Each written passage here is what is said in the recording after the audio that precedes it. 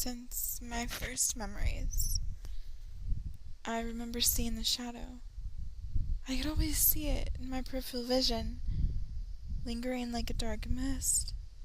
Every time I tried to look directly at it, it would flow away, evading my vision. When I got older, I began to see it more and more often. It seemed to grow, and more definition seemed to be added to it. Still, however, every time I spun around to see the ominous entity, it was gone. When I glanced over my shoulder again, there it was lingering once more, taunting me and my inability to catch a full glimpse at it. I couldn't understand what it was or why it was there, always following me. I knew wherever I went, the dark shadow would follow, would watch me and laugh at me. I would spin faster and faster trying to catch a view of it, but it always seemed to spin with me, always ending up once again behind me. By the time I reached adulthood, that entity was driving me crazy. It had grown with me, once again growing in size and in definition. Because of its growth, I saw more and more often. I didn't even have to glance behind me to catch a glimpse of it, swishing in my peripheral vision, twitching for my attention. With its growth, it seemed slower. I could see more of it. It was definitely dark and black, but it wasn't smooth. I could see roughness around its edges and through its core. I knew if I spun faster, I would eventually be able to catch it. When I did catch it, I was going to tear it to shreds. It had been plaguing me since I was just a baby, and now it was going to pay for my sleepless nights as I watched it flow above my head and to my side, watching me. I watch as the dark shadow twitches behind me. It was overwhelming me, and I couldn't do anything about it. I spin and I snap at it, trying to catch it, but it eludes me once again. I settle and return to my passing time. Though I don't focus on it, I see the shadow lingering behind me again. I decide to let it be, to let it watch. It doesn't go away.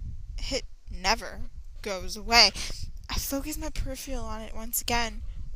It seems to linger closer and closer, as if it's testing its luck with me, seeing how close it can get to me before I snap at it once again.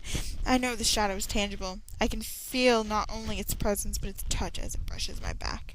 It twitches closer and closer, and I can feel it brush me. I let out a growl, but the shadow doesn't seem to get my warning. It's getting even closer, and I will finally be able to rid my world of this dark nightmare. I will finally be free. As if it senses my plan, it sways back just a little.